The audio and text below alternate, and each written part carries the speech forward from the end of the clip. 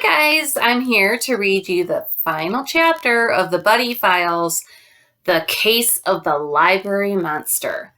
Chapter 10 is Questions and Answers. Fluffy? Who said that? Maya? She and Alex are standing at the edge of the crowd shushing each other. I stare at Blue Tongue. This is Fluffy? Fluffy isn't a mouse? He's a blue-tongued skink? Who would name a blue-tongued skink Fluffy? Well, who would name a big black dog Mouse? There's no understanding humans sometimes. So what about Felix and Freckles? Felix and Freckles must not be mice either. Are they blue-tongued skinks too? Is there more than one blue-tongued skink in this school? What have you got there, buddy?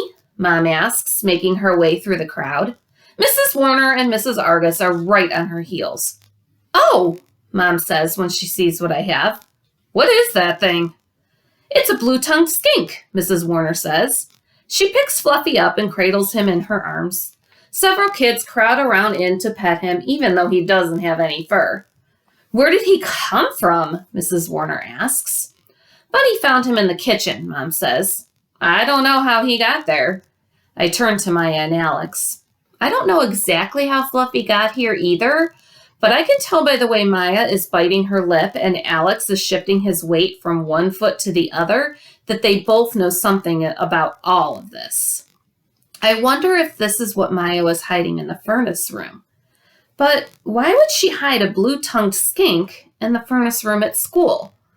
What are you going to do with him, Mrs. Warner? One of the kids asks. Call animal control, Mrs. Argus says, wrinkling her nose. Whatever it is, it clearly doesn't belong here. I think you should put him in the library. Yeah, put him in the library, several kids suggest. I've got an empty aquarium in my classroom, one of the teachers says, slipping away from the crowd. You can put him in there until you decide what to do with him. Thank you, Mrs. Sobel, Mrs. Warner calls after her. She turns to the rest of the group. I'm not going to call animal control. This guy must belong to someone. I'll place the lost and found ad in the newspaper and see if anyone claims him. Mrs. Sobel returns with an empty aquarium and Mrs. Warner carefully sets Blue Tongue inside. I know it's no fun being locked up, I tell Blue Tongue, but trust me, you're better off in there than you are running around loose in the school. The humans will feed you and make sure you stay warm enough. They may even take you out and play with you now and then. I wait for Blue Tongue to thank me for finding him, but he just sticks his skinny blue tongue out at me. The bell rings. Mrs. Warner carries the aquarium away. The kids all go to their classes and Mom takes me to the office.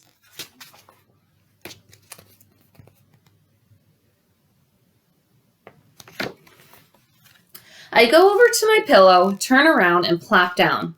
It's been a busy morning. I should be happy. I found Fluffy before he got too cold. I also have answers to a lot of my questions. I know what the monster is. He's a blue-tongued skink. I think I know where he came from. I think Maya was hiding him in the furnace room. And if I'm right about that, then I can also guess why Maya took the key out of the case. Because she was hiding Felix, Freckles, and Fluffy in the furnace room. But there are still a lot of things I don't know. Why did Maya hide a blue-tongued skink in the furnace room? What about Felix and Freckles? What are they?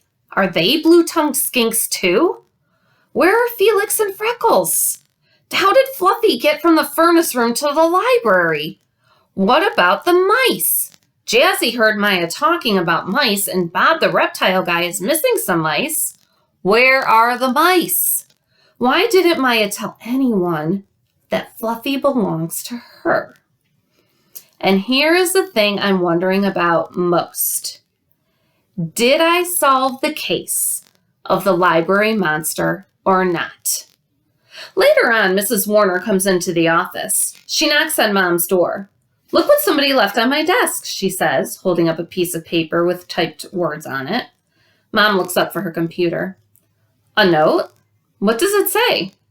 Mrs. Warner reads, Dear Mrs. Warner, thank you for finding Fluffy. If you go into the girls' bathroom by Mrs. Nixon's room, you'll find Fluffy's friends, Felix and Freckles. I got them from a friend who moved away. I thought my mom would let me keep them, but she said they couldn't be in the house. So I found a new place to keep them. A secret place.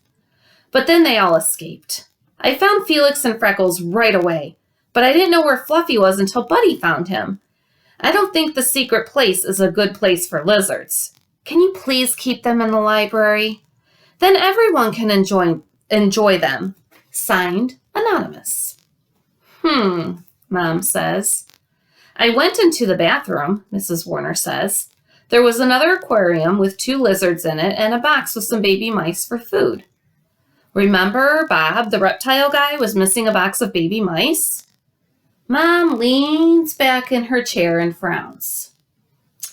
I wonder if the person who left the note also took Bob's mice. Ah, I bet Maya took the mice so she could feed the skink and the lizards. Probably, Mrs. Warner says. We should call Bob and tell him. Yes, Mom agrees. Do you have any idea who could have left the note? Any idea at all? The note is typed. Mrs. Warner hands the paper to Mom. I don't think we'll ever know who left it. I know who left it. Maya did. I don't mind keeping the lizards and the skink in the library if it's okay with you, Mrs. Warner says. It's fine with me, Mom says. I just wish I knew who wrote this note. And I wish I knew what secret place they were talking about. I know where the secret place is. The furnace room. I also know what Felix and Freckles are. And I know why Maya and Alex kept them hidden in the furnace room. Because she wasn't allowed to keep them at home. I have a feeling we're never going to find answers to those questions, Mrs. Warner says. Probably not, Mom says. Probably not, I agree. Because no one ever listens to the dog. I think it's safe to say that I've solved the case of the library monster now. I wonder if there's anything else hidden in the furnace room. I wouldn't be surprised if there was. But that would have to be a case for another day. And there is Buddy. That's the end of the case of the library monster. But I will start reading a new book on Monday if you're interested. Not sure what it'll be yet. Brought some home so I could kind of decide what I think you guys would like the best. So look forward to that. Love you guys and miss you. Bye.